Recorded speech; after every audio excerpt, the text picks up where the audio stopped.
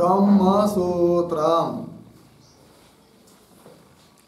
ब्रह्मसूत्र ग्रंथ में page number 1104 अर्थात 1104 और 11 से 4 पेज पर ऊपर से 2 नंबर की पंक्ति है।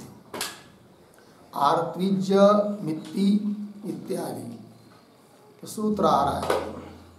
तो बात यह चल रही है कि तृतीय अध्याय चतुर्थ पाद और तृतीय अध्याय के चतुर्थ पाद का यह 13 नंबर का अधिकरण चल रहा है और इस अधिकरण का नाम है स्वाम्यधिकरणम। ठीक। और इस अधिकरण का विचार विषय बताया था कर्मांगों के संबंधी जो उपासना है वो उन उपासनाओं का कर्ता यजमान है या ऋत्विक है। अर्थात यजमान का वो कर्म है उपासना या ऋत्विक के द्वारा किया जाने वाली चीज है। इस प्रकार का संदेह होने पर पूर्व पक्ष ने अपनी बात बताई कि अंगों के संबंधी जो उपासना है उनका कर्ता यजमान ही है, ऋत्विज नहीं, क्योंकि फल यजमान को मिलना है तो अनुष्ठान कर्ता भी यजमान ही होना चाहिए। इस प्रकार की अपनी बात पूर्व पक्षी ने इस अधिकरण के प्रथम सूत्र में बताई। अब उसका उत्तर देने के लिए सिद्धांतियों का सूत्र आ रहा है। पाद के दृष्टि से क्रमशः 45 नंबर का सूत्र है और अधिकरण के दृष्टि से 2 नंबर का सूत्र है। इस सूत्र का उच्चारण और अर्थ पहले देख लेते हैं। तो सूत्र है औडुलीमिस्तस्मै हि परिक्रियते।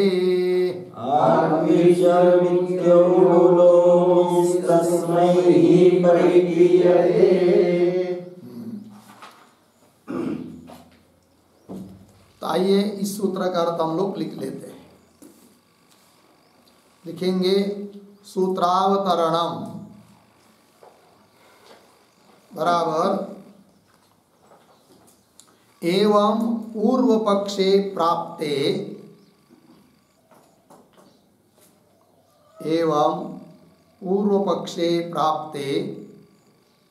सिद्धांतम आह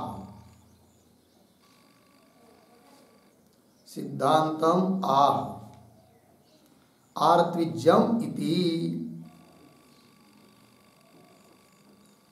ठीक। फिर नीचे के पंक्ति में सूत्रम बराबर आर्त्विज्य लोमिस्तस्मै हि परिक्रियते 3, 4, 45 पदच्छेद आर्त्विज्यम इति औडुलोमि तस्मै ही परिक्रियते, ये पदच्छेद हुआ। फिर नीचे के पंक्ति में पदार्थोक्ति बराबर कंस में लिखिए अंगोपासनम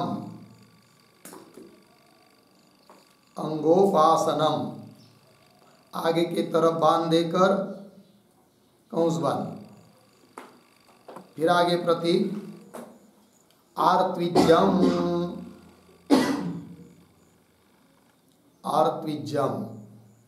बराबर ऋत्विक कर्तृकम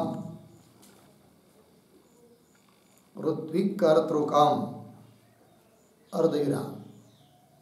फिर आगे प्रतीक इति औडुलोमि बराबर आगे लिखेंगे औडुलोमि आचार्य मन्यते। औडुलोमि आचार्य मन्यते पूर्ण विराम। फिर आगे प्रतीक ही बराबर यतः, यतः। फिर आगे प्रतीक तस्मै बराबर सांगाय कर्मणे, सांगाय कर्मणे। फिर आगे प्रतीक परिक्रियते, परिक्रियते बराबर ऋत्विक परिकृतः भवति, ऋत्विक परिकृतः भवति। ठीक, देखो भाई अर्थ। तो प्रथम सूत्र में पूर्व पक्षी है, तो पूर्व पक्षी इस प्रकार से प्रथम सूत्र के माध्यम से प्राप्त होने पर अब सिद्धांती अपनी बात सूत्र के माध्यम से बता रहे हैं। तब सूत्र आया आर्त्विज्यमिति औडुलोमिस तस्मै ही परिक्रियते। नीचे पदार्थोक्ति में लिख रहे हैं अंगोपासनम, अंग संबंधी उपासनाएं। क्या जी? आर्त्विज्यम मतलब ऋत्विक कर्तृकम, ऋत्विक के द्वारा ही वो उपासना की जाती है। ये कौन कर रहे हैं? इति औडुलोमी, एक औडुलोमी नाम के आचार्य हो चुके हैं, वे इस बात को बोल रहे हैं। वो कि सिद्धांत के लिए अनुकूल है, सिद्धांत की बात है। ठीक है, तो औडुलोमी आचार्य मन्यते ही, क्यों भाई? कारण ही यतः तस्मै, तस्मै शब्द का अर्थ कर दिया सांगाय कर्मणे, अंग सहित कर्म करने के लिए, परिक्रियते अर्थात यजमान के द्वारा ऋत्विक जैसे कि दक्षिणा देकर खरीदा गया है अंग सहित उस कर्म को करने के लिए। अतः ऋत्विक उस समय जो भी वो कर्म करेगा, अंग सहित मुख्य कर्म सब करेगा, उसका सब फल यजमान को ही मिलेगा। अतः कर तो रहा है ऋत्विक, किंतु फल तो मिलेगा यजमान को। ये बात हो गई। आइए आगे, अब भाष्य में चलते हैं। तो भाष्य न एतत् अस्ति स्वामी कर्माणि उपासनानि इति अर्धविराम ऋत्विक कर्माणि एतानि स्युः इति औडुलोमिः आचार्यः मन्यते। ठीक है, शब्दों का थोड़ा अन्वय करते हैं। शुरू के 2-3 शब्द छोड़कर उपासनानि, फिर पीछे स्वामी कर्माणि और पीछे नहीं, अंतिम आगे आगे इति लीजिए पहले। तो कैसा? पुनः उपासनानि स्वामी कर्माणि, आगे इति, फिर शुरू में आइए एतत् न अस्ति, आगे एतानि ऋत्विक कर्माणि, फिर आगे स्युः, आगे सरल है स्युः इति औडुलोमिः आचार्य मन्यते। और ये जो पंक्ति चालू हुई न एतत् इति इत्यादि, उसके ऊपर लिखिए सिद्धांत।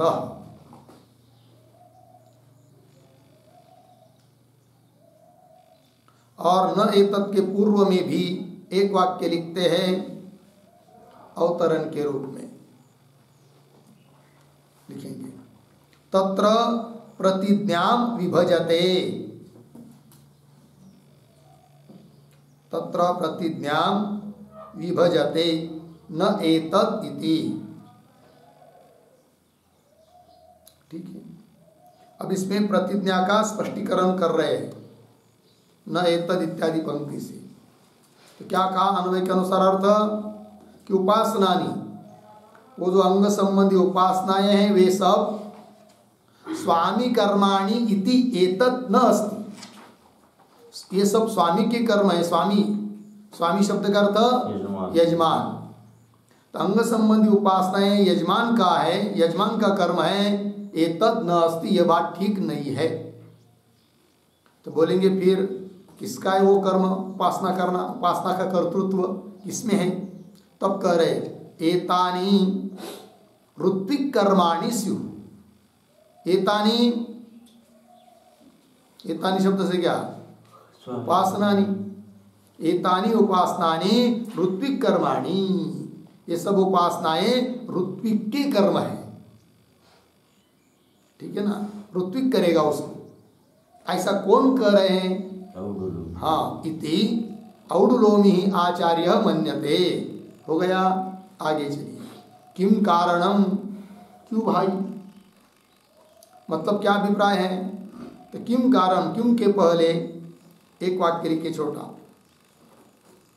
अन्य कर्तृकत्वे, अन्य कर्तृकत्वे कथम अन्यस्य फलम, कथम अन्यस्य फलम इति शंकते, इति शंकते। किम कारणम इति। ठीक है, देखो भाई अर्थ। तो अन्य कर्तृकत्वे, कर्ता अन्य है और फल अन्य को, तो कथम अन्य से फलम, कर्ता अन्य है तो इस प्रकार की शंका कर रहा है पूर्व पक्षी। किम कारणम, आगे उत्तर दे रहे तस्मै ही सांगाय कर्मणे यजमानेन ऋत्विक परिक्रियते। ठीक, यहाँ पर भी तस्मै के पूर्व में एक वाक्य लिखते हैं, अवतरण लिखेंगे। स्वगामिने फलाय, स्वगामिने फलाय तेन तस्य कृतत्वात्, तेन तस्य कृतत्वात् उपपन्नम इति आह, उपपन्नम इति आह तस्मै इति। ठीक है, देखो भाई अर्थ। तो पूर्व पक्ष ने जो शंका की प्रश्न किया है कि कर रहा है अन्य, अन्य उपासना, उपासना करने वाला अन्य है, फल अन्य को मिल रहा है, ये कैसे? तब कह रहे भाई, तो स्वगामिनी फलाय, अपने को फल प्राप्त होने के लिए, तेन तेन यजमानेन तस्य तस्य ऋत्विजः कृतत्वात्, उस यजमान के द्वारा ऋत्विज खरीदा गया है। इसलिए भले उपासना कर रहा है ऋत्विक, किंतु फल मिलेगा यजमान, ये उपपन्न हो जाता है। वही बात बताई जा रही है तस्मै ही इत्यादि पंक्ति से। तो तस्मै ही ये प्रतीक है, उसका अर्थ कर रहे हैं सांगाय कर्मणे, अंग सहित कर्म करने के लिए, यजमाने न, यजमान के द्वारा, ऋत्विक परिक्रियते, ऋत्विक खरीदा गया है। हो गया, आगे। तत्प्रयोगांत पातिनी च उद्गितादि उपासनानि क्यों अधिकृत अधिकारत्वात्। ठीक, च को पहले लेंगे तो अच्छा ही है, अन्वय नहीं। च फिर पीछे तत्प्रयोगांत पातिनी उद्गितादि उपासनानि, आगे सरल है। अब क्या बात कही जा रही है? तो ये भी जो पंक्ति है तत्प्रयोगांत पातिनी, उसके भी पूर्व में एक वाक्य लिखिए अवतरण के रूप में। तथापि, तथापि न उपासनार्थम क्रियते, न उपासनार्थम क्रियते इति अतः आह, इति अतः आह तत्प्रयोग इति। ठीक है, आइए अभी पीछे के पंक्ति में सिद्धांतियों ने उत्तर दिया कि अंग से कर्म करने के लिए यजमान के द्वारा ऋत्विक खरीदा गया है, अतः भले ऋत्विक कर रहा है उन उपासनाओं को, किंतु फल तो मिलेगा यजमान। उस पर कदाचित पूर्व पक्षी बोलेगा, अरे भाई ठीक है, अंग सहित कर्म करने के लिए ऋत्विक खरीदा गया है ना, हाँ, तो भी न उपासनार्थम क्रियते, उपासना के लिए थोड़ी खरीदा गया है। उपासना तो उस अंग के संबंधी है जो कि यज्ञ का अंग भी नहीं है, अंग के आश्रित है, तो उस उपासना के लिए थोड़ी खरीदा गया है। वो उपासना तो फिर यजमान को ही करना चाहिए, ऐसी शंका। तथापि न उपासनार्थम क्रियते इति अत आह, ऐसा यदि कोई शंका करता है ऐसी, तो उत्तर दे रहे सिद्धांति क्या, च और तत्प्रयोगांत पातिनी उद्गीतादि उपासनानी। अरे भाई, जिस प्रयोग के लिए, जिस अनुष्ठान के लिए यजमान के द्वारा ऋत्विक खरीदा गया है, उस प्रयोग के अंतर्गत ही वो उपासना आ रही है। अतः उपासना के लिए उसको नहीं खरीदा गया ऐसा मत बोलो, ये सिद्धांती बोल रहे हैं। तत्प्रयोगांत पातिनी, प्रयोग मतलब तत्प्रयोगांत पातिनी, इसका अर्थ लिखेंगे तत्कर्मांत पातिनी। वो जो कर्म है अंग सहित यज्ञादि, उसके अंतर्गत ही वो सब है। तत्प्रयोगांत पातिनी मतलब तत्कर्मांत पातिनी, तत्कर्मांतर्भूतानि इत्यर्थः। उस कर्म की अंतर्भूत है, अंतर्गत है। कौन? उद्गीतादि उपासनानि, उद्गीतादि के संबंधी जो उपासना है वो सब उसके अंतर्गत है। उद्गीतादि उपासनानि, क्यों? हेतु दे रहे, अधिकृत अधिकारत्वात्, ठीक, क्योंकि उस प्रयोग करने का अधिकार ऋत्विक का है, क्योंकि ऋत्विक को उसी के लिए लाया है, तो उसमें वो अधिकृत है, तो उसमें अधिकृत है, तो उसके संबंधी उपासना करने का अधिकार भी फिर ऋत्विक का ही है।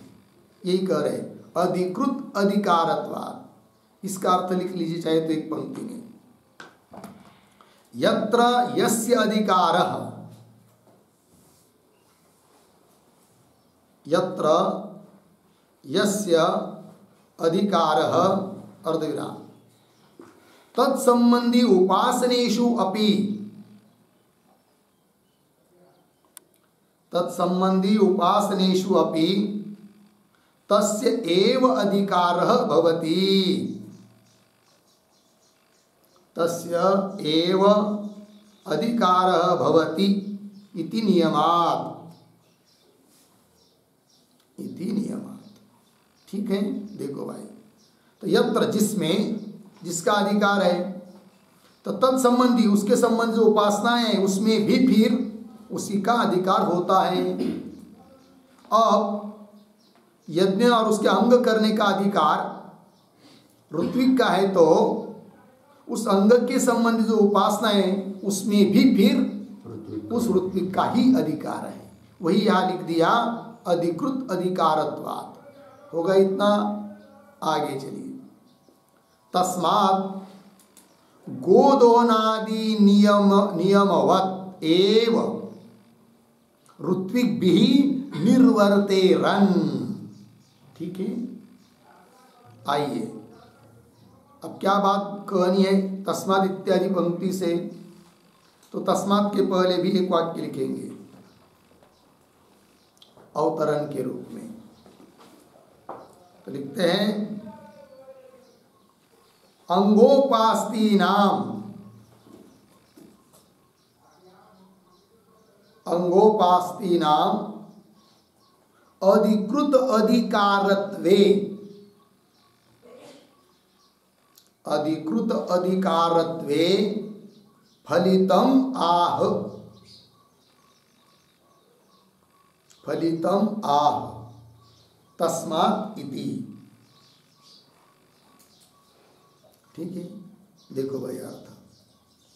तो अंगोपास्तीनाम, अंग संबंधी जो उपासना है वो उपासनाओं का अधिकृत अधिकार होने पर फलित क्या निकला, अर्थात ऋत्विक ही उनको करने वाला है उन उपासनाओं का अनुष्ठान, ऐसा सिद्ध होने पर फलित क्या है वो कह रहे।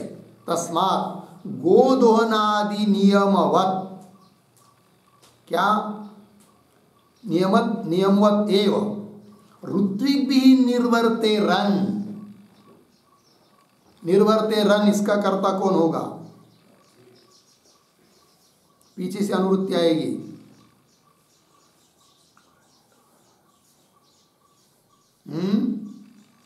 निर्वर्ते रन ऋत्विक भी, कर्ता तो तृतीय में चला गया है, तो ऋत्विकों के द्वारा ही संपादन होना योग्य है। निर्वर्ते रन कर्ता कौन?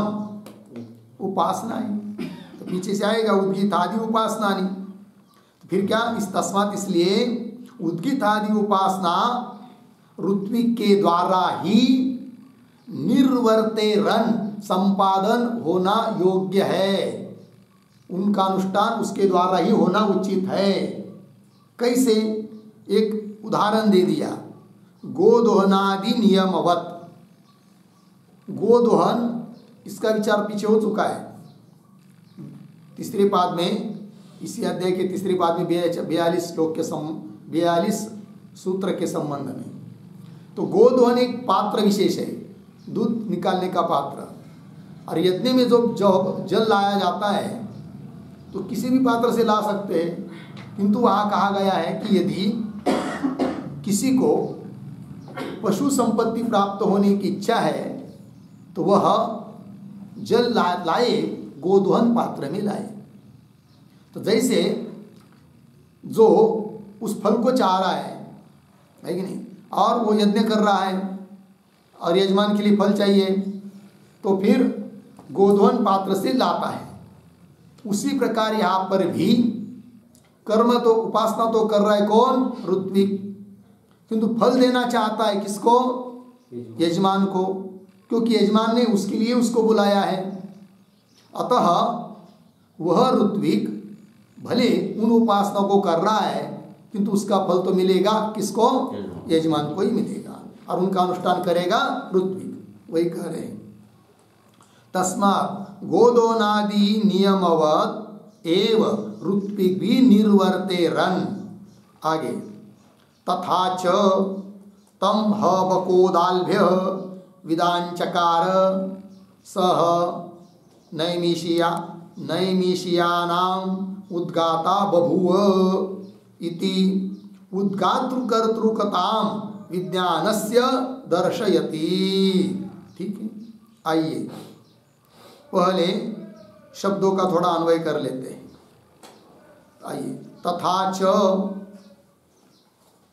फिर 2-3 शब्द छोड़कर आगे, दाल्व्य पीछे, बकह पीछे, तम,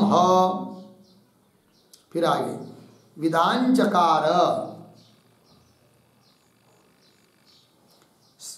आगे थोड़ा जाएंगे, सह नैमिषियानाम उद्गाता बभूव इति, फिर एक शब्द छोड़कर आगे विज्ञानस्य, पीछे उद्गातृकर्तृकताम, आगे दर्शयति।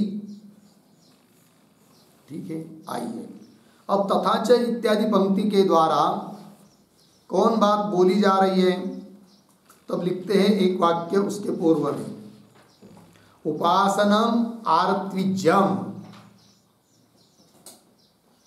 उपासनम आर्त्विज्यम बराबर ऋत्विक कर्तृकम, ऋत्विक कर्तृकम इत्यत्र श्रौतम लिंगम आह, श्रौतम लिंगम आह तथा च इति। ठीक है, देखो भाई, उपासनाएं आर्त्विज है, ऋत्विक के द्वारा की जाती है। इस इत्यत्र, इस बात के लिए श्रुति प्रसिद्ध लिंग को दे रहे हैं। ठीक है, आइए तो क्या कर रहे हैं, देखिए, तथा च श्रुति है, दाल्भ्य बकह तम विधान चकार। चलिए श्रुति का अर्थ ही लिख लेते हम लोग, तो लिखेंगे प्रतीक तम, तम बराबर उद्गीताख्यम प्रणवम, उद्गीताख्यम प्रणवम प्राण दृष्टिया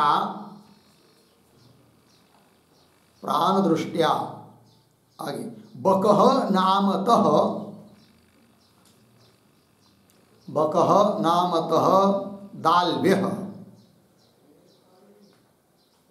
दाल्भ्यः बराबर दल्भस्य अपत्यम दाल्भ्यः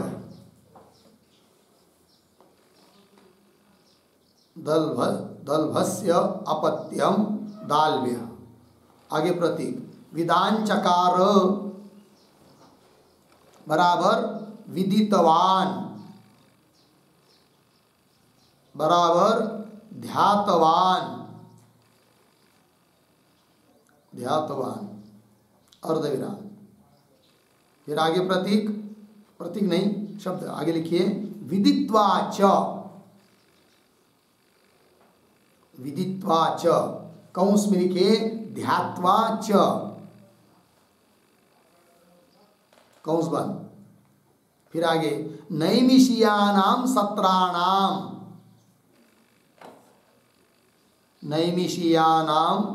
सत्राणाम कौंस में लिखिए यज्ञ करने वाले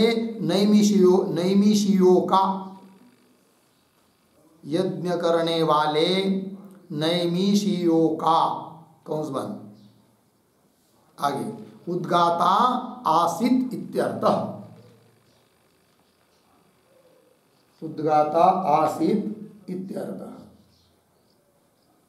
ठीक देखो भाई अर्थ। तो तम प्रतीक है। तम मतलब उद्गिताख्य प्रणवम उद्गित नाम का जो प्रणव ओंकार उसको प्राण दृष्टि से ध्यातवान विदितवान विदांचकार उसने उपासना की। किसने की? बक नाम का दाल्भ्य बक है उसने उपासना की। उसको दाल्भ्य कहते हैं। क्यों? दल्भस्य आपत्यम दाल्भ्य किसी दल्भ उसके पिता का नाम होगा। दल्भ नाम के ऋषि उनका पुत्र था बक इसलिए उसको कहते दाल्भ्य। तो विदांचकार प्राण दृष्टि से उस प्रणव को उपासना किया उसने। तो विदांचकार मतलब विदितवान ध्यातवान और विदित्वा मतलब ध्यान करके जानकर नैमिषीयाणाम सत्राणाम अर्थात सत्र कहते यज्ञ को। तो यज्ञ करने वाले जो नैमिषीय लोग नैमिषीय अरण्य आदि उधर रहने वाले लोग उनका उन यज्ञ करने वालों का वह बक उद्गाता आसीत उद्गाता बन गया ऋत्विक बन गया होगा। इतना आइए तो क्या मालूम पड़ा इस श्रुति से? तब देखिए आगे भाष्य में। तो श्रुति का अर्थ लग गया ना। तम बको दाल्व्य विदांचकार स वही बक नैमिषयानाम उद्गाता बभूव इति क्या विज्ञानस्य उद्गातृकर्तृतां दर्शयति। इति मतलब यह श्रुति विज्ञानस्य नाम उपासनस्य उद्गातृकर्तृकता उपासना उद्गाता के द्वारा की गई ऐसा श्रुति दिखा रही है। और उद्गाता क्या है? एक प्रकार का ऋत्विक है। अर्थात इस उपासनाओं का कर्ता कौन सिद्ध हुआ इस श्रुति के बल पर? ऋत्विक। तात्पर्य अंग संबंधी उपासना क्योंकि उद्गित में प्राण दृष्टि किया उद्गित रूप प्रणव में प्राण दृष्टि की है कि नहीं। अर्थात उद्गित रूप जो अंग है उसके संबंधी उपासना है और उस उपासना को करने वाला बक को बताया और वही ऋत्विक उद्गाता बन गया उधर। तात्पर्य जो ऋत्विक होता है वही उन उपासनाओं का कर्ता होता है। इस बात की सिद्धि हो गई इस श्रुति के आधार पर। हो गया इतना? आगे चलिए। तो विज्ञानस्य उद्गातृकर्तृकतां दर्शयति श्रुति ही दर्शयति। ठीक है आगे चलिए। यत्तुक्तम कर्तृआश्रयं फलम श्रूयते इति नैष दोषः। अब पूर्व पक्ष ने जो शंका की थी उस शंका का अनुवाद करके उत्तर देना है। क्या शंका थी उसको बता रहे यत्तुक्तम इत्यादि पंक्ति से। किंतु यत्तु इत्यादि के पूर्व में एक वाक्य लिख लीजिए अवतरण। ननु उद्धरण चिन्ह में वर्षति ह अस्मै उद्धरण चिन्ह बंद। इत्यादिना फलस्य कर्तृभागित्वं श्रूयते।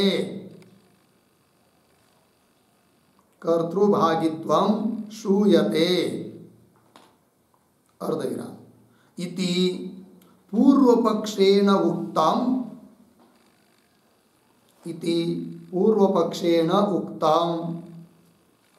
अनुवदति यत्तु इति। ठीक है, देखिए भाई अर्थ। किननु वर्षति अस्मै इत्यादि श्रुति में, इत्यादि श्रुति के द्वारा फल तो कर्ता को मिलता है ऐसा बताया गया है। उसका क्या करोगे फिर? क्योंकि आप सिद्धांती लोग तो कह रहे हैं उपासनाओं का कर्ता तो ऋत्विक है और कह रहे हैं कि फल यजमान को मिलता है, किंतु श्रुति ने बताया है वर्षति अस्मै कल बताई थी वो श्रुति, भाष्य में गई थी, उसमें तो ये बात बताई है क्या कि कर्ता को फल मिलता है और आप कह रहे फल तो यजमान को मिलेगा, ये कैसे? ये शंका। यत्तु उक्तम कर्तृ आश्रयम फलम, फल कर्ता का आश्रय करता है, जो करता है उसको फल मिलता है, ऐसा श्रुति कर रही है। इति उत्तर दे रहे न एषः दोष, यह कोई दोष नहीं है। क्यों? बता रहे आगे। परार्थत्वात् ऋत्विजः अन्यत्र वचनात् फल संबंध अनुपपत्ते है, ये उत्तर दिया। तो शब्दों का थोड़ा सा अन्वय, एक शब्द छोड़कर ऋत्विजः पीछे, परार्थत्वात् फिर आगे, वचनात् पीछे, अन्यत्र फिर आगे, फल संबंध अनुपपत्ते। देखो भाई अर्थ। तो सिद्धांत की कह रहे हैं कि ऋत्विज परार्थत्वात्, ऋत्विक जो है वह पर के लिए, दूसरे के लिए है, यजमान के लिए है वह, ठीक है ना। इसलिए फल तो मिलेगा यजमान को।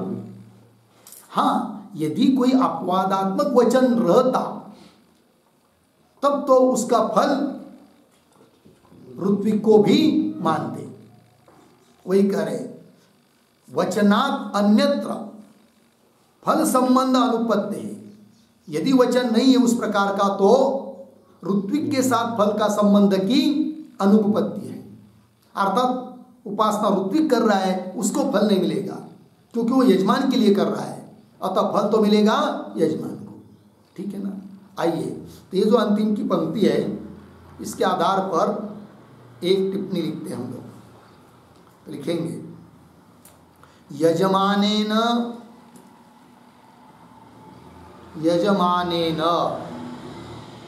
स्वगामी फलक सांग प्रयोग करणाय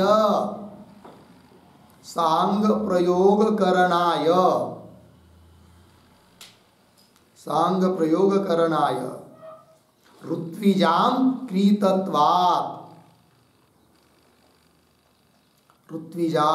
कृतत्वात् अर्धविराम आगे कर्तृत्वे अपि न तत्फल भाक्तत्वम्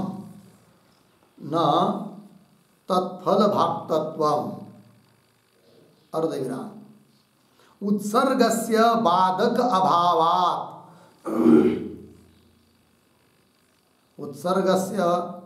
अभावात् इति उक्तत्वात् अर्धविराम आगे क्रयण द्वारा कर्तृत्व भोक्तृत्व सामानाधिकरण्यम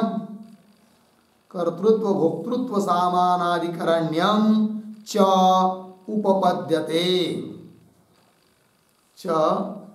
उपपद्यते अर्धविराम भृत्यकर्तृके युद्धे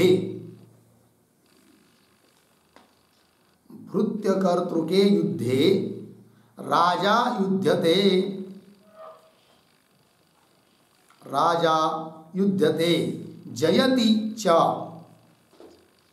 जयति च इति वत् इति भावः इति वत् इति भावः। ठीक, देखो भाई अर्थ बहुत काम की टिप्पणी, बहुत बात बताइए। देखिए, तो यजमान के द्वारा स्वगामी फलक अपने को फल देने वाला जो सांग प्रयोग, अंग सहित कर्म का अनुष्ठान रूप प्रयोग, उसको करने के लिए ऋत्विजां कृतत्वा, ऋत्विजों को खरीदा है। किसने? यजमान ने। ठीक है, क्या करने के लिए? अंग सहित प्रयोग करने के लिए, और उसका फल किसको? अपने को मिलना है, इस दृष्टि से। ठीक है ना, वही कहा। तो ऋत्विजां कृतत्वा, इसलिए कर्तृत्व अपि, उस उपासनाओं का कर्ता ऋत्विक होने पर भी न तत्फल भागतत्व, उसका फल का भागीदार वह नहीं है। क्यों? कैसे? और करे उत्सर्ग से बाधका भावात्, कल बताया था उत्सर्ग, याजमानम फलम इति उत्सर्ग सामान्य नियम है, यजमान को फल मिलता है।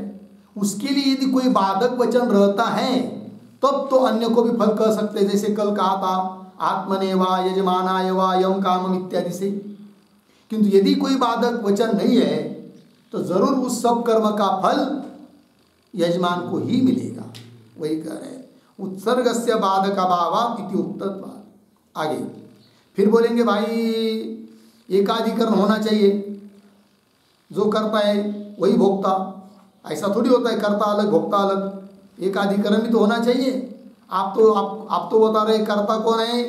ऋत्विक, फल भोग रहा है यजमान, तो कर्तृत्व और भोक्तृत्व इनका एकाधिकरण तो हुआ नहीं। उसका भी उत्तर दे रहे क्रयण द्वारा कर्तृत्व भोक्तृत्व सामान अधिकरण्यम च उपपद्यते। सामान अधिकरण्यम एकाधिकरण्यम उपपन्न है, क्योंकि क्रयण द्वारा यजमान ने खरीदा लिया है ऋत्विक को। अतः भले ऋत्विक कर रहा है किंतु खरीदा लिया है, इस माध्यम से मुख्य करने वाला कौन हुआ? यजमान। और फल भी किसको मिल रहा है? यजमान को। तो सामानाधिकरण्य अर्थात ऐकाधिकरण्य तो हो ही गया। क्रयण द्वारा कर्तृत्व भोक्तृत्व सामानाधिकरण्यम च उपपद्यते। उदाहरण देकर समझा रहे, भृत्य कर्तृ के युद्धे राजा युद्धते जयति च इतिवत्। जैसे राजा युद्ध कर रहा है ये बात बोली जाती है, किंतु साक्षात राजा युद्ध कर रहा है क्या? नहीं, उसकी सेना कर रही है। राजा साक्षात वहां तो गया नहीं युद्ध भूमि पर, तो भी व्यवहार होता है क्या? राजा युद्ध कर रहा है, तो कर्तृत्व आ गया किसमें? राजा में। अतः फल भी किसको? राजा को। यदि जीत जाती है सेना तो जो भी कुछ मिलेगा उस आगे वाले का धन संपत्ति राज्य वगैरह वो किसका अधिकार रहेगा? राजा का ही रहेगा। फल भी उसको मिलता है कि नहीं? वही तो भृत्य कर्तृ के युद्धे राजा युद्धते जयति च इतिवत् इति भाव हो गया जी। आइए आगे। तो ये सूत्र हुआ, सूत्र का भाष्य पूरा हुआ। इस अधिकरण का और एक सूत्र है, सूत्र आ रहा है। तो सूत्र है, उस सूत्र का उच्चारण और अर्थ देख लेते पहले। सूत्र है श्रुतेश्च। लिखते हैं इस सूत्र का अर्थ, लिखेंगे सूत्रावतरणम बराबर इतश्च इतश्च यजमानस्य एव फलम, यजमानस्य एव फलम अर्धविराम न ऋत्विजाम, न ऋत्विजाम पूर्ण विराम तेषाम तु कौंस मिलके ऋत्विजाम तु कौंस बन कर्तृत्वम एव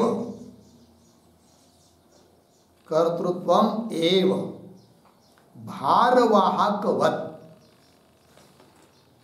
भारवाहकवत् इति आह श्रुतेः इति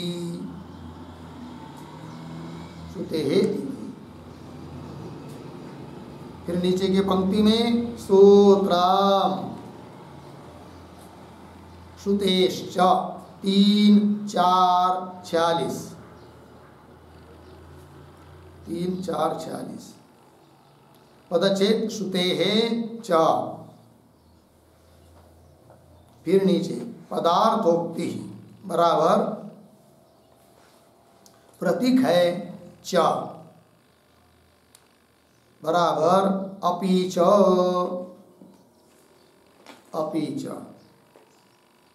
फिर प्रतीक श्रुतेः बराबर उद्धरण चिन्ह में याम वही कांचन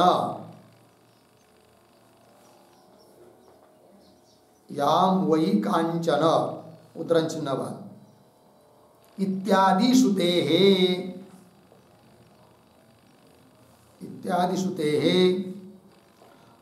ऋत्विकर्तृकस्य उपासनस्य यजमानगामी फलत्व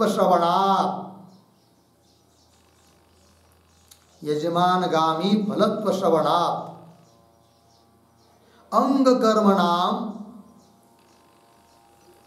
अंगकर्मणाम ऋत्विक एव कर्ता विद्यते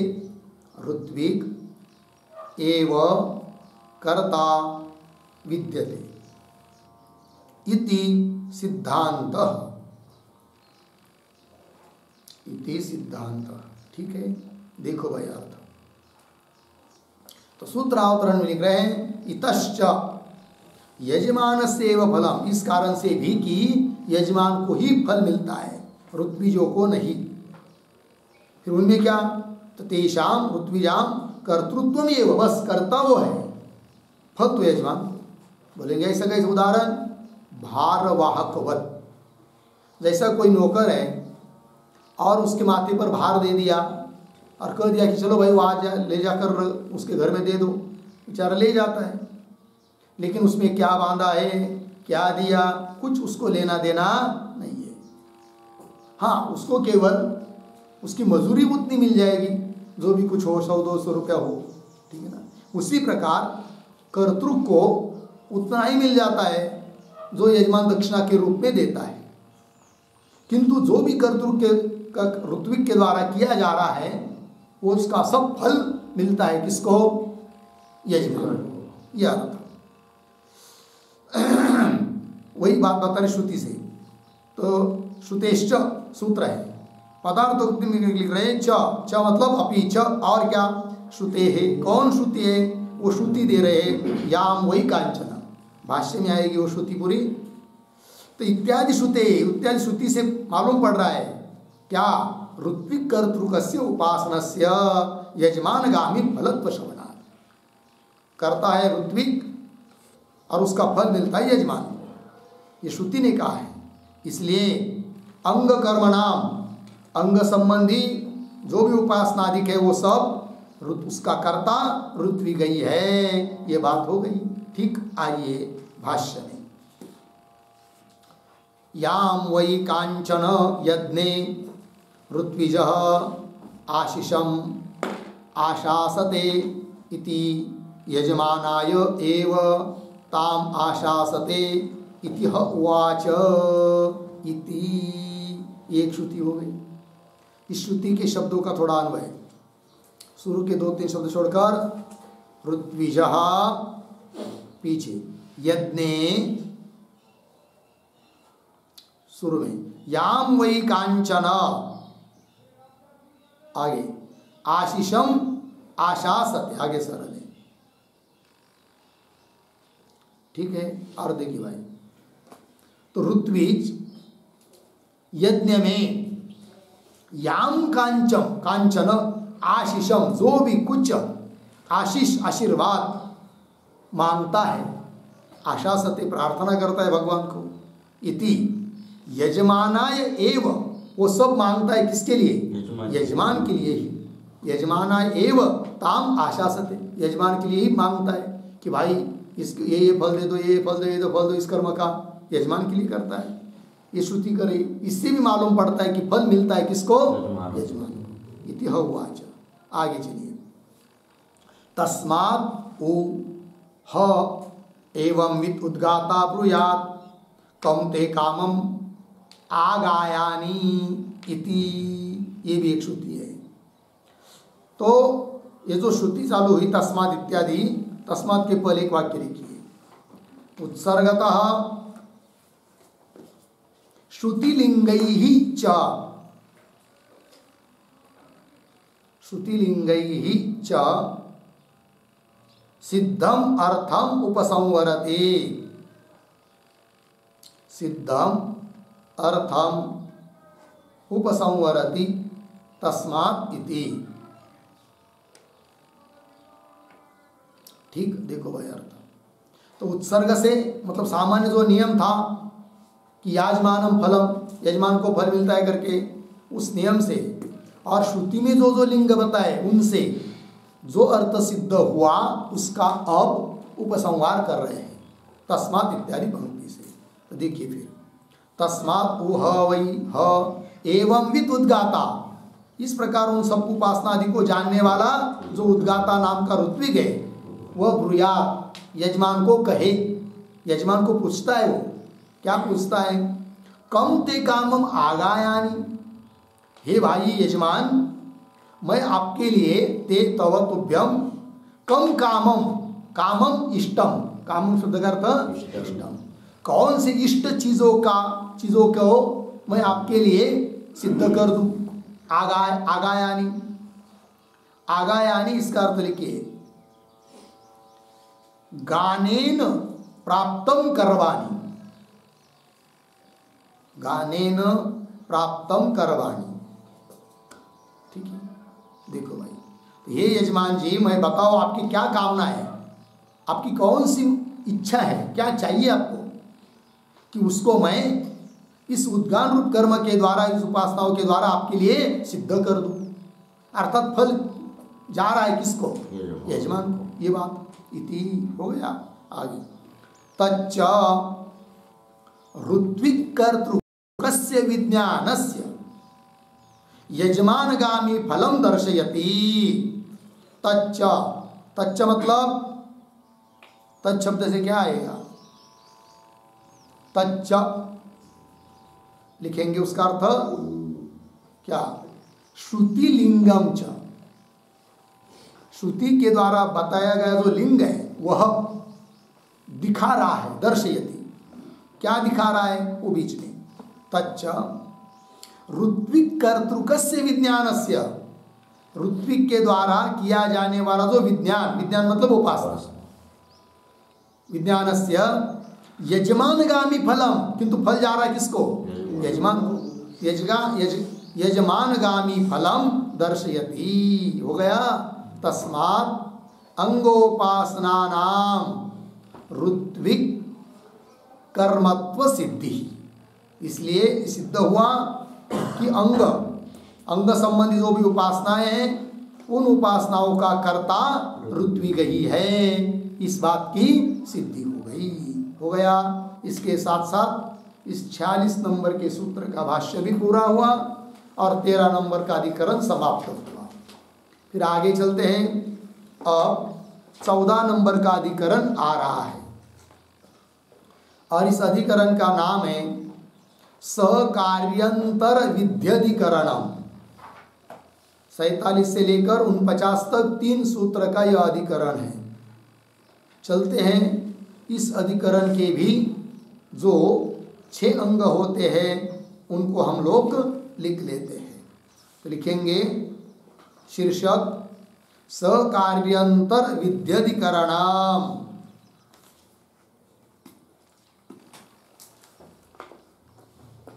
उसके नीचे के पंक्ति में लिखिए मौनस्य विधेयत्वाधिकरणम। मौनस्य विधेयत्वाधिकरणम। ठीक, उसके नीचे के पंक्ति में उसका अर्थ लिखिए। मौन के विधेयत्व विषयक, मौन के विधेयत्व विषयक,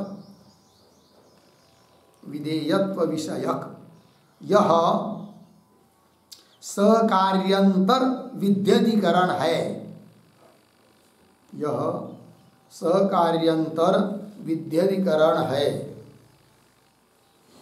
पूर्ण विराम हो गया। फिर नीचे के पंक्ति में नंबर 1 संगति ही,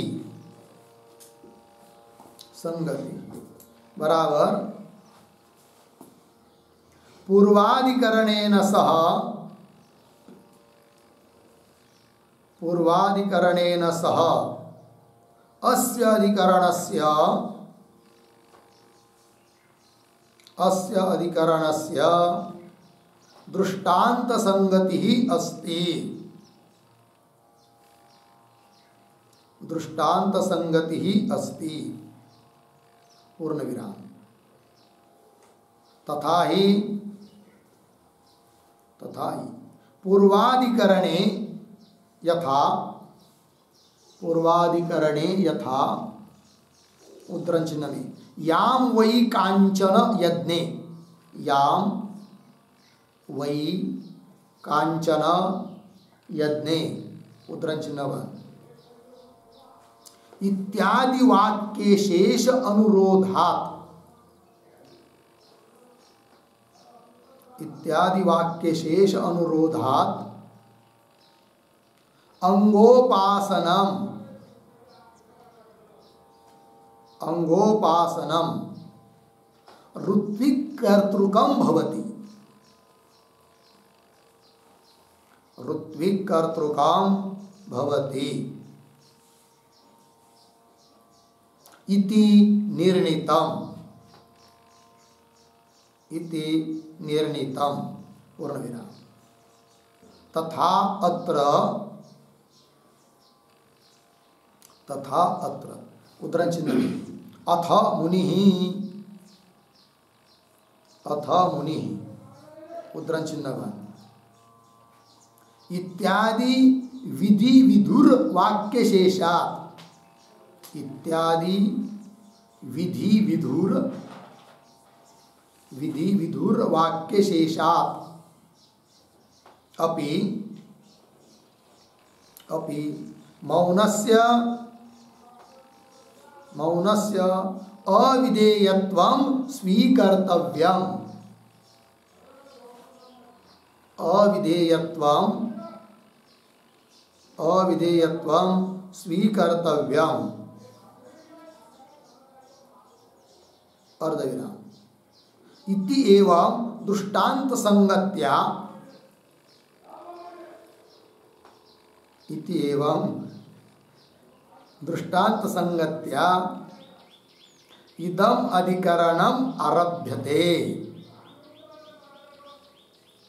इदम अधिकरणम आरभ्यते। ठीक, आइए अर्थ देखिए भाई। यह है सकार्यंतर विद्याधिकरण है। क्या सिद्ध करना इस अधिकरण में? तब कह रहे मौनस्य विधेयत्वाधिकरणम, मौन विधेय है, इस बात की सिद्धि करनी है। वही करे मौन के विधेयत्व विषयक यह सकार्यंतर विद्याधिकरण है। फिर नंबर 1 में संगति बताई जा रही है। तो पीछे के अधिकरण के साथ इस अधिकरण की दृष्टांत संगति है। वो कैसे? तथा ही करके स्पष्ट कर रहे हैं। तो पूर्वाधिकरण है, पीछे के अधिकरण में यथा जिस प्रकार याम वही कांचन यज्ञे इत्यादि वाक्य शेष अनुरोधा, वाक्य शेष स्वरूप जो श्रुति है उसके अनुरोध से, उसके आधार पर क्या सिद्ध किया कि अंगोपासनम ऋत्विक कर्तृका, अंग की अंग संबंध जो उपासना है वो ऋत्विक का कर्म है, ऋत्विक उसका अनुष्ठान करेगा। इस बात की सिद्धि किया आपने वाक्य शेष के आधार पर। उसी प्रकार अत्र यहाँ पर भी अथ मुनि ही ये वाक्य शेष आता है। और ये वाक्य शेष कैसा है, किस स्वरूप का है? जिसमें विधि शब्द दिखाई नहीं दे रहा है। लिंग भवेत तिष्ठेत वगैरह ऐसा कुछ दिखाई नहीं दे रहा है। तो विधि विदुर है, विधि रहित है, ऐसा ये वाक्य है। और यदि विधि विदुर ये वाक्य शेष है तो उसके आधार पर आप इस बात को मान लो क्या कि मौन अविधेय है, उसका मौन का विधान नहीं है। ऐसा अपनी बात आरंभ करता है पूर्व पक्षी। तो मौनस्य अविधेयत्वं स्वीकार्तव्यम वाक्य शेष के आधार पर पीछे के अधिकरण की तरह। अतः पीछे के अधिकरण की और इस अधिकरण की संगति बन गई दृष्टांत संगति। ठीक है, आइए आगे। नंबर 2 विषय बराबर उद्धरण चिन्ह में बाल्यम च पांडित्यम च, बाल्यम च पांडित्यम च निर्विद्य निर्विद्य अथ मुनि, अथ मुनि। उद्धरण चिन्ह बंद। बृहदारण्यक 3:5:1 3:5:1 आगे। इत्यत्र इत्यत्र उक्तम मौनम, उक्तम इत्यत्र उक्तम मौनम अस्य अधिकरणस्य, अस्य अधिकरणस्य विचार विषयः अस्ति, विचार विषयः अस्ति। हो गया, देखो भाई अर्थ। तो श्रुति है बृहदारण्यक उपनिषद की बाल्यम च पांडित्यम च निर्विद्य अथ मुनि। ठीक, तो इस श्रुति में कहा गया जो मौन है अथ मुनि, मुनि शब्द से मौन कहा गया है, तो वही इस अधिकरण का विचार विषय है। तो क्या कैसा विचार करना है उसके बारे में फिर आगे चलते नंबर 3 पर संशय। तो लिखेंगे संशय बराबर उद्धरण चिन्ह में बाल्यम च पांडित्यम च,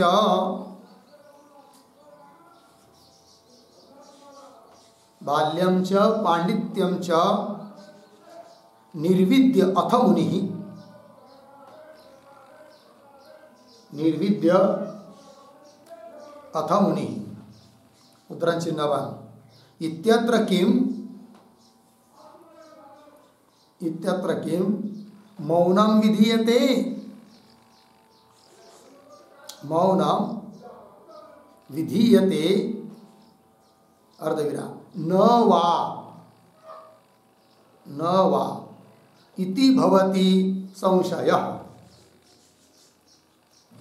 इति भवति संशयः।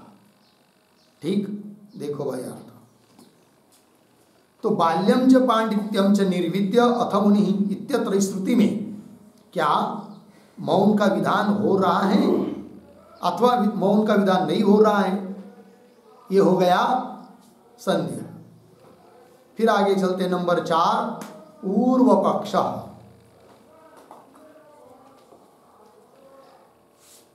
पूर्व पक्ष बराबर मौनस्य विधित्वम नास्ति। खिड़की बंद करूंगा हो।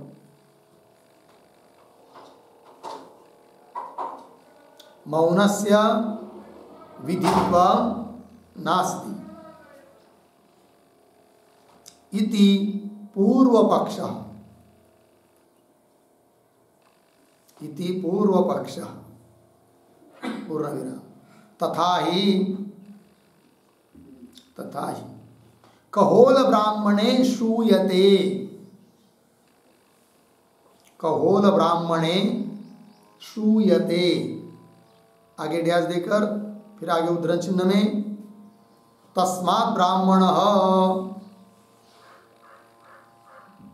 तस्मात् ब्राह्मणः पांडित्यम निर्विद्य, पांडित्यम निर्विद्य बाल्येन तिष्ठासेत्, बाल्येन तिष्ठासेत् अर्धविराम। बाल्यं च पांडित्यं च, बाल्यं च पांडित्यं च निर्विद्य, निर्विद्य अथ मुनिः, अथ मुनिः। उद्धरण चिन्ह 1 बृहदारण्यक 3:5-1 इति पूर्ण विराम। आगे अस्य अयम् अर्थः, अस्य अयम् अर्थः ध्यान देकर आगे यस्मात्, यस्मात् ब्रह्म भावः परम पुरुषार्थः, ब्रह्म भावः परम पुरुषार्थः, तस्मात्, तस्मात् ब्रह्म बुभूषुः, ब्रह्म बुभूषुः उपनिषद तात्पर्य, उपनिषद तात्पर्य निर्णय रूपम, उपनिषद तात्पर्य निर्णय रूपम पांडित्यम, पांडित्यम निश्शेषेण संपाद्य, निश्शेषेण संपाद्य बालवत्, बालवत् निरागद्वेषत्वेन, निरागद्वेषत्वेन युक्तः, युक्तः असंभावना निराकरणाय, असंभावना निराकरणाय युक्तिः, युक्तिः अनुचिन्तयन्, अनुचिन्तयन् अवस्थातुम् इच्छेत्,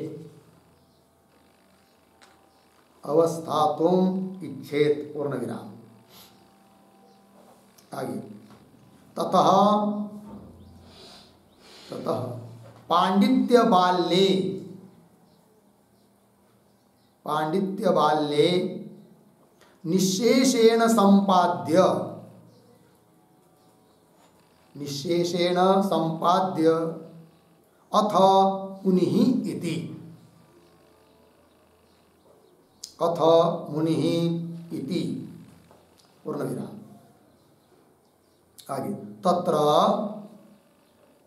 उद्धरण चिन्ह में भवेत्, उद्धरण चिन्ह बंद, भवेत् उद्धरण चिन्ह बंद। आगे इति विधि अश्रवणात्, इति विधि अश्रवणात् मुनित्वं न विधेयम्, मुनित्वं न विधेयम् पूर्ण विराम। आगे न च विधिः, न च विधिः कल्पयितुं शक्यः, कल्पयितुं शक्यः पूर्ण विराम। आगे पांडित्य शब्देन, पांडित्य शब्देन प्राप्तस्य मौनस्य, प्राप्तस्य मौनस्य अपूर्वार्थत्वाभावात्, अपूर्वार्थत्वाभावात् पूर्ण विराम। आगे पंडितस्य, पंडितस्य बराबर विदुषः, विदुषः भावः पांडित्यम, भावः पांडित्यम इति ज्ञानवाचकः, इति ज्ञानवाचकः अयं शब्दः, अयं शब्दः पूर्ण विराम। तथा मुनि शब्द अपि, मुनि शब्द अपि उद्रंचन में मन ज्ञाने, मन ज्ञाने उद्रंचिन्न वन इति अस्मात् धातोः, इति अस्मात् धातोः तन्निष्पत्तेः, तन्निष्पत्तेः पूर्ण विराम तस्मात्, तस्मात् प्राप्तस्य मौनस्य, प्राप्तस्य मौनस्य न एव विधिकल्पनम्, न एव विधिकल्पनम् इति पूर्वपक्ष, इति पूर्वपक्ष। ठीक है, चलिए बाहर देखिए अब अर्थ। तो पूर्व पक्षी बोल रहा है कि बाल्यम च पांडित्यम च इत्यादि स्तुति में मौन से विधित्वम नास्ति, इसमें मौन का विधान नहीं है। कैसे? तो उसको स्पष्ट कर रहा है पूर्व पक्षी, तथा इत्यादि पंक्ति से।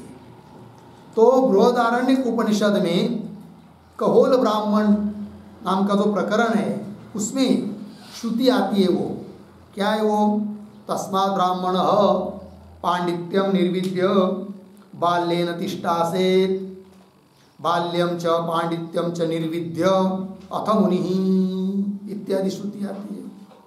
क्या है इस श्रुति का अर्थ? वो अर्थ भी आपको लिख के दिया। अस्य अयम अर्थ क्या कि यस्मात्, तस्मात् आया ना श्रुति के आरंभ में, अतः पहले यस्मात् से यस्मात् लेना पड़ेगा। तो यस्मात् ब्रह्म भाव परम पुरुषार्थ, जिस कारण से कि ब्रह्म भाव परम पुरुषार्थ है, तस्मात् इसलिए श्रुति में तस्मात् क्या ब्राह्मण, ब्राह्मण मतलब ब्रह्म बुभुषु, अर्थात जो ब्रह्म होने की इच्छा कर रहा है, ब्रह्म को जानकर ब्रह्म स्वरूप होने की इच्छा कर रहा है, ऐसा साधक क्या करें? पांडित्यम निर्विद्य संपाद्य, पांडित्य को संपादन करे, प्राप्त करे। बोलेंगे पांडित्य क्या चीज है? तो पांडित्य शब्द का अर्थ कर रहे उपनिषद तात्पर्य निर्णय रूपम, सभी उपनिषदों का तात्पर्य किस अर्थ में है उस अर्थ का निर्णय करना, यही है पांडित्य। इसी को दूसरे शब्दों में कहेंगे श्रवण। ठीक है ना? इस प्रकार का श्रवण संपादन करके कि सभी उपनिषदों का तात्पर्य जीव ब्रह्म की एकता में ही है, ऐसा पक्का निश्चय करना। ठीक, तो उपनिषद तात्पर्य निर्णय रूपम पांडित्यम निश्शेषेण संपाद्य, निर्विद्य शब्द का अर्थ निश्शेषेण पूर्ण रूप से संपादन करके, फिर आगे आया है श्रुति में अथ निर्विद्य, उसके बाद बाल्येन तिष्ठासेत्, बाल्येन मतलब बालवत, छोटे बच्चे की तरह, बालक की तरह। बालक कैसा होता है? निराग द्वेष रहित, निराग राग द्वेष रहित होता है। कौन? बालक। निरागस, उसको कुछ भी कुछ किसी के साथ लेना देना नहीं है, सब उसके लिए समान है। कोई भी हाथ में आता है तो खाने के लिए प्रयत्न करता है, ये भी नहीं जानते खाने की वस्तु या नहीं है। ठीक है ना? और सामने वाला कौन व्यक्ति, उससे कुछ लेना देना उसको नहीं है। बहुत छोटा बालक 6-7 महीने का, ठीक है ना, जो आदमी को अभी पहचान नहीं रहा है कि नहीं, बिल्कुल निरागस होता है। सर्प भी उसके पास आ जाता है तो उसको भी वो खेलने के लिए हाथ में लेना चाहता है। ठीक है ना? तो संपाद्य बालवत, बालक की तरह निराग द्वेषत्वेन युक्त, ऐसा हो जाए बाल्येन तिष्ठा से। ठीक, इस प्रकार किसी के साथ भी न राग न किसी के साथ द्वेष, न भेदभाव न राग द्वेष, कुछ भी नहीं। फिर उसके बाद क्या? बाल्येन तिष्ठा से। फिर उसके बाद आगे लिखा है श्रुति में बाल्यम च पांडित्यम च निर्विद्य। तो दोनों बात बता चुके ना, बाल्य और पांडित्य, उसको संपादन करके फिर आगे आया है अथ मुनि। तो आगे क्या है फिर? अथ मुनि मतलब क्या, उसका अर्थ कर रहे हैं अभी। असंभावना निराकरणाय युक्ति ही, ये हुआ अथ मुनि। अब मुनि बने, मुनि बने मतलब मनन करे। तो बाल्येन तिष्ठा से, इससे हुआ मनन, श्रवण के बाद मनन। फिर आगे अथ मुनि, मुनि से निधिध्यासन। ठीक है ना? मुनि से क्या लेना है? निधिध्यासन। हाँ, तो निदिध्यासन किस लिए? असंभावना निराकरणाय युक्ति है कि नहीं? अनात्मा का वृत्ति का परित्याग करके आत्मा का वृत्ति का अभ्यास करना, यही तो निदिध्यासन है।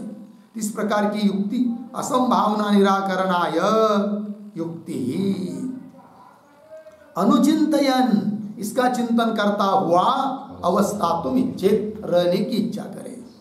ठीक है, आगे ततः पांडित्य बाल्ये निशेषण संपाद्य, तो पांडित्य और बाल्य ये दो धर्म पूर्ण रूप से निशेषण संपाद्य संपादन करके अथ मुनि, उसके बाद मुनि होने के लिए कहा है। मुनि मुनि इतना ही कहा, भवेत ऐसा तो लिखा नहीं है।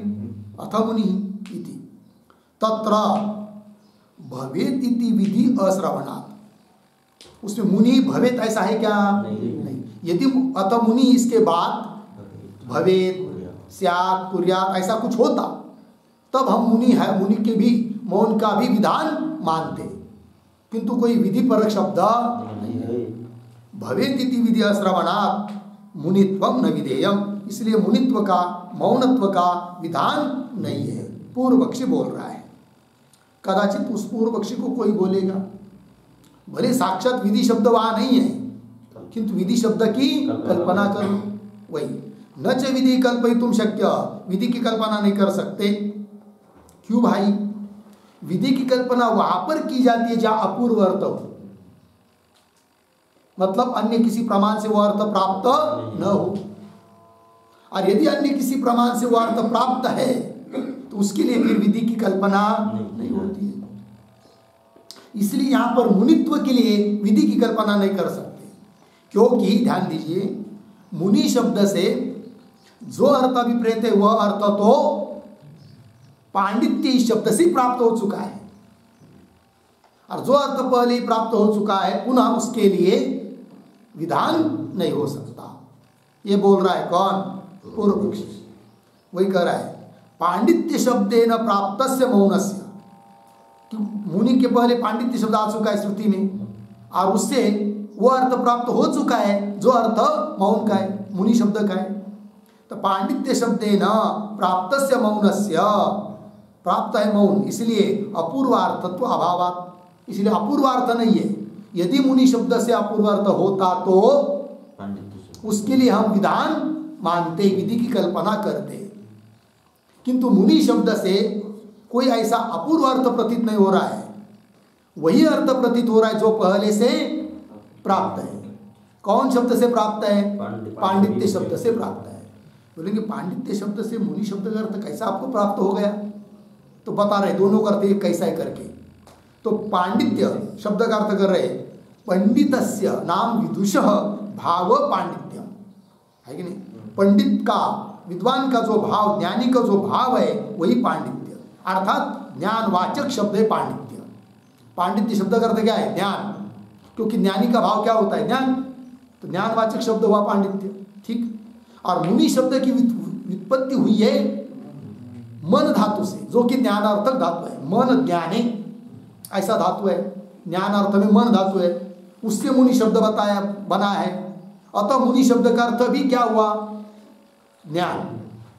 तो मुनि शब्द का अर्थ जो ज्ञान है वह अर्थ तो पांडित्य शब्द से ही प्राप्त हो चुका है। अतः मुनि शब्द से कोई अपूर्व अर्थ नहीं बताया जा रहा है।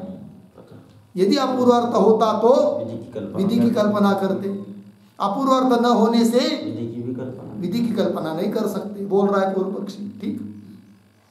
तथा मुनि शब्द अपि मन ज्ञानी इति अस्मात् धातु हो तन निष्पत्ति है कि उससे वो निष्पन्न हुआ है। तस्मात् प्राप्तस्य मौनस्य न एव विधि कल्पनाम, इसलिए पहले प्राप्त है मौन पांडित्य शब्द से, अतः उसके लिए पुनः विधि की कल्पना करने की जरूरत नहीं। तात्पर्य यहाँ पर मौन का विधान नहीं मानना चाहिए। कौन कह रहा है? पूर्व पक्षी। हो गया। फिर आगे चलते हैं नंबर 5 पर, सिद्धांत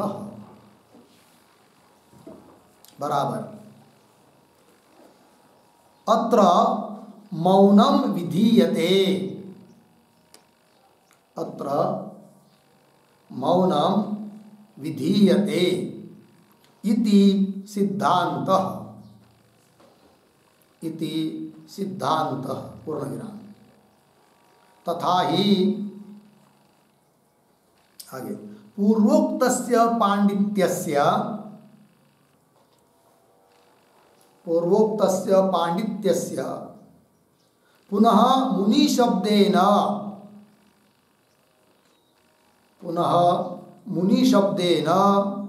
अभिधाने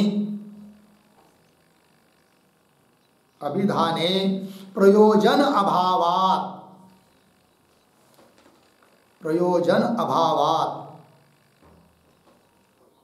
निरंतर ज्ञान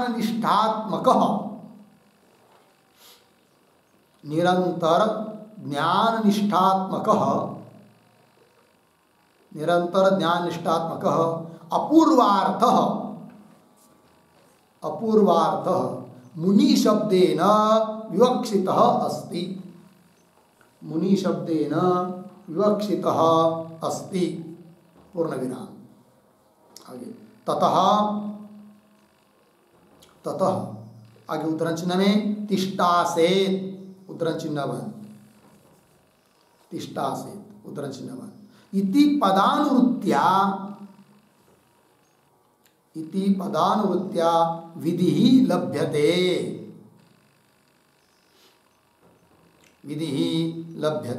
पूर्ण विराम। अस्ति च ज्ञान नैरंतर्येण प्रयोजनम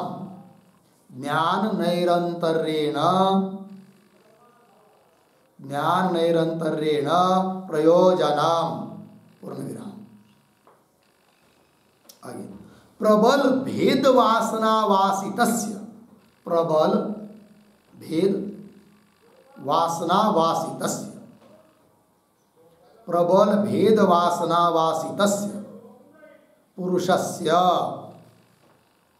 पुरुषस्य तन्निवृत्ति अर्थत्वात्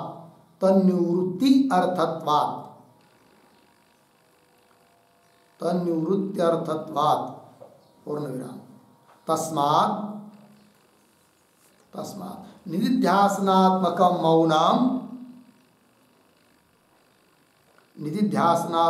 मौनम विधेयं भवति इति सिद्धांत। ठीक देखो भाई अर्थ। तो सिद्धांती अपनी बात बोल रहे हैं, कहते हैं कि अत्र मतलब इस श्रुति में मौनम विधीयते, मौन का विधान है। वो कैसे? तथा ही करके बता रहे हैं। तो पूर्वोक्तस्य पांडित्यस्य पुनः मुनि शब्देन अभिधाने प्रयोजन अभावात्। पूर्व पक्षी क्या बोला था कि श्रुति में पहले पांडित्य बताया, फिर आगे मुनि शब्द आया, तो पांडित्य शब्द का जो अर्थ है वही मुनि शब्द बोल रहा है, ऐसा कहा था किसने? पूर्व पक्षी। सिद्धांति का ऐसा नहीं है, ऐसा करने में कोई प्रयोजन नहीं है, डबल डबल क्यों बताएगी श्रुति? तो वही कह रहे पांडित्य से पुनः मुनि शब्देन अभिधाने कथन करने में प्रयोजन अभावात्, कोई प्रयोजन न होने से निरंतर ज्ञान निष्ठात्मक अपूर्वार्थ मुनि शब्देन विवक्षित। मुनि शब्द से अलग अर्थ विवक्षित है, जो कि पांडित्य शब्द से भिन्न है। पांडित्य शब्द से क्या अर्थ लिया था? सभी उपनिषदों का तात्पर्य निर्णय रूप अर्थ वो लिया था, वो तो तात्पर्य का निर्णय हुआ केवल। यहाँ पर निरंतर ज्ञान निष्ठा, सतत ज्ञान स्थिति में रहना, यह अर्थ है मुनि शब्द का। तो वही कह रहे हैं निरंतर ज्ञान निष्ठात्मक, यह अपूर्व मतलब अन्य पहले प्राप्त नहीं है, ऐसा अर्थ मुनि शब्द से विवक्षित है। इसलिए यहाँ पर मौन का विधान है, अपूर्व अर्थ है। अरे भाई, पूर्व पक्षी बोलेगा ठीक है अपूर्व अर्थ है, नया अर्थ है, इसलिए तुम विधान मान रहे हो, किंतु विधेय कोई शब्द तो चाहिए, लिंग लोट वगैरह। तब कह रहा है सिद्धांति ततः मतलब अथ मुनि, इसके बाद तिष्ठासित इति पदानुवृत्त्या विधि लभ्यते। उसी श्रुति में पीछे तिष्ठासित पद आया ना, उस पद की पुनः अनुवृत्ति ले आओ, तो विधि भी मिल जाएगी, विधि वाक्य शब्द मिल जाएगा, अतः विधान मानने में कोई दिक्कत नहीं है। तिष्ठा से तिथि पदानुवृत्त्या विधि ही लभ्यते। बोलेंगे भाई पांडित्य शब्द का ही अर्थ यदि मुनि शब्द का मानेंगे तो कोई प्रयोजन नहीं, आपने कहा। पूर्व पक्षी बोलेगा सिद्धांतियों को, ये आपने कहा, किंतु अब तुम मुनि शब्द का नया अर्थ कर रहे निरंतर ज्ञान निष्ठा, उसका क्या प्रयोजन है? तब कह रहे हाई प्रयोजन क्या है? अस्ति च ज्ञान नैरंतर्येण प्रयोजनम, ज्ञान नैरंतर्येण प्रयोजनम। क्या प्रयोजन है तो बता रहे आगे, प्रबल भेद वासना वासितस्य पुरुषस्य तन्निवृत्त्यर्थत्वात्। कोई साधक है कि नहीं, ब्रह्म भाव होना चाहता है, ब्रह्म मोक्ष चाहता है, किंतु श्रवण कर लिया, मनन कर लिया, श्रवण मनन निधि ध्यासन अब कर रहे हैं, मौन शब्द का जो अर्थ है निरंतर ज्ञान निष्ठा, उसका क्या प्रयोजन? इसलिए कि भले उसने श्रवण मनन कुछ कर लिया है, किंतु इतना प्रबल भेद की वासना मतलब संस्कार उसके हृदय में है कि जगत विषयक सत्यत्व भावना, देह विषयक मयपने की भावना बहुत अनादिकाल से जबरदस्त उसकी आ बैठी हुई है, वो हट नहीं रही है। तो उसको नष्ट करने के लिए निरंतर ज्ञान निष्ठा आवश्यक है। वही करे प्रबल भेद वासना, भेद संस्कार उससे वासित अर्थात उससे युक्त ऐसा जो पुरुष, उस पुरुष में जो भेद वासना बैठी है उसकी निवृत्ति करने के लिए यह आवश्यक है। कौन? निरंतर ज्ञान निष्ठा, जो कि मुनि शब्द का अर्थ है। ठीक है, तन्निवृत्ति अर्थ। तस्मात् इसलिए निधिध्यासनात्मक मौनम विधेयम, इसलिए निधिध्यासन यह अर्थ है मुनि शब्द का, वही यहाँ पर विधेय है। ये सिद्ध हो गया, हो गई सिद्धांतियों की बात। आगे चलते हैं नंबर 6, प्रयोजनम। प्रयोजनम बराबर पूर्व पक्षे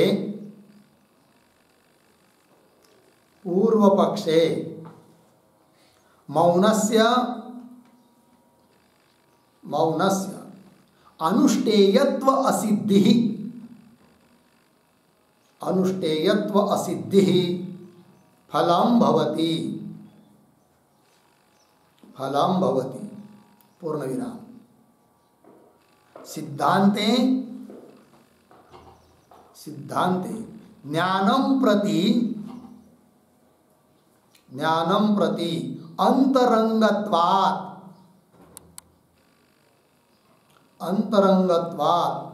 तत्सिद्धि प्रयोजनम भवति,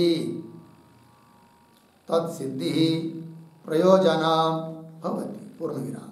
इति एवं उभयोः फलभेदः अस्ति। ठीक, देखो भैया, तो पूर्व पक्षी की बात यदि सिद्ध होती है तो उसके लिए फल क्या मिलेगा? तो मौनस्य अनुष्ठेयत्व सिद्धि, मौन का अनुष्ठान करने की उसको जरूरत नहीं है क्योंकि विधान नहीं है, और पांडित्य शब्द का ही मौन अर्थ है कि उसकी दृष्टि से, पूर्व पक्षी की दृष्टि से अनुष्ठेयत्व क्या? सिद्धि फल।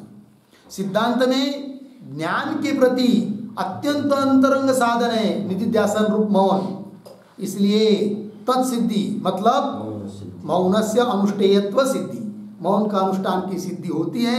ये प्रयोजन सिद्धांति की यहाँ। इस प्रकार दोनों में फल भेद भी हो गया। ठीक, आइए अब हर एक अधिकरण का सार बताने के लिए वैयासिक न्यायमालाकार के जो 2 श्लोक होते हैं उन श्लोकों का उच्चारण और अर्थ देख लेते हैं। पहला श्लोक पूर्व पक्षी का होता है, तो उच्चारण अविधेयं विधेयं वा मौनं तन्न विधीयते प्राप्तं पाण्डित्यतो मौनं ज्ञानवाच्युभयं यतः अविधेयं विधेयं वा मौनं तन्न विधीयते प्राप्तं पाण्डित्यतो मौनं ज्ञानवाच्युभयं यतः। पदच्छेद अविधेयं विधेयं वा मौनं तत् न विधीयते प्राप्तं पाण्डित्यतः मौनं ज्ञानवाची उभयं यतः। अब अन्वय पूर्वार्ध में बीच में मौनम, फिर शुरू में अविधेयम विधेयम वा, आगे तत् न विधीयते, आगे पांडित्यतः मौनम पीछे प्राप्तम अंतिम में यतः पीछे उभयम पीछे ज्ञानवाची। ठीक, अर्थ देखिए भाई। तो मौनम अविधेयम विधेयम वा, मौन का विधान नहीं है अथवा विधान है, विकल्प हुआ। तब पूर्व पक्षी बोल रहा है तत् न विधीयते, तत् मौनम न विधीयते, मौन का कोई यह विधान नहीं है। बोलेंगे क्यों? तब कह रहा है पांडित्यतः मौनम प्राप्तम, उसी श्रुति में पांडित्य शब्द जो पहले आया है ना, तस्मात् ब्राह्मण पांडित्य निर्विद्य, पांडित्य आया है, तो पांडित्य शब्द से ही मौन का अर्थ प्राप्त हो जाता है, अतः उसका डबल विधान मानने की जरूरत नहीं। पांडित्यतः मौनम प्राप्तम यतः, क्योंकि उभयम ज्ञानवाची, दोनों ज्ञानवाची है। दोनों कौन कौन? पांडित्य शब्द और मौन शब्द, क्योंकि मौन शब्द धातु से बना है, मन ज्ञान है धातु से, जो कि ज्ञान अर्थक धातु है, और पांडित्य मतलब पंडित का भाव, विद्वान पुरुष का भाव, वो क्या है? ज्ञान। तो ज्ञानवाची दोनों शब्द है, ठीक है ना। अतः दोनों का अर्थ एक ही होने के कारण मुनि शब्द से मौन का विधान मानने की जरूरत नहीं है, वह अर्थ पहले से पांडित्य शब्द से प्राप्त है। पूर्व पक्षी बोल रहा है। ठीक, ये पूर्व पक्षी का श्लोक हुआ। फिर आगे निरंतर ज्ञान निष्ठा मौनम पांडित्यतः पृथक् विधेयं तद्भेद दृष्टि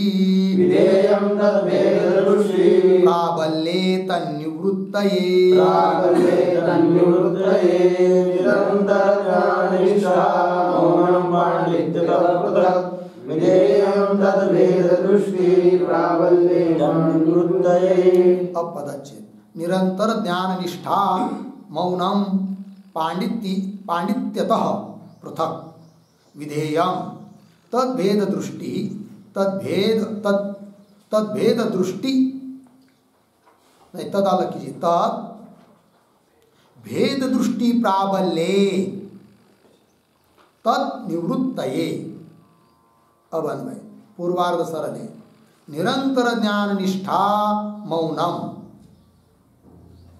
पांडित्यतः पृथक्, आगे भेद दृष्टि प्राबल्ये पीछे तत् पीछे विधेयम, क्यों ऐसे कीजिए? भेद दृष्टि प्राबल्ये पीछे, आगे जाइए तन्निवृत्तये पूरा ले, फिर पीछे तद विधेयम। अर्थ देखिए भाई, तो निरंतर ज्ञान निष्ठा, मौन शब्द का अर्थ मुनि शब्द आया ना, उसका अर्थ क्या कर दिया? निरंतर ज्ञान निष्ठा। सिद्धांति ने अर्थ कर दिया निरंतर ज्ञान निष्ठा, जो कि अर्थ पांडित्यतः पृथक, मतलब पांडित्य शब्द से अलग है, भिन्न अर्थ है, और भिन्न अर्थ होने के कारण अपूर्व अर्थ हो गया, और अपूर्व अर्थ का विधान तो मानना ही पड़ेगा। ठीक, वही कह रहे पांडित्यतः पृथक। फिर आगे भेद दृष्टि बोलेंगे, फिर वो किस लिए चाहिए? फिर निरंतर ज्ञान निष्ठा प्रयोजन क्या है? तब कह रहे भेद दृष्टि प्राबल्य, जिसके हृदय में भेद की दृष्टि अत्यंत प्रबल है, अत्यंत देहासक्ति देह सत्यत्व भावना है, तन्निवृत्त है, उसकी निवृत्ति होने के लिए तद विधेयम तद मौनम विधेयम, यहाँ पर मौन का विधान है, ये सिद्धांति ने कह दिया। हो गया, बस आगे का विचार, भाष्य का विचार हम लोग कल करेंगे। ओम पूर्णमदः पूर्णमिदं पूर्णात् पूर्णमुदच्यते पूर्णस्य पूर्णमादाय पूर्णमेवावशिष्यते। ओम शांति शांति शांति।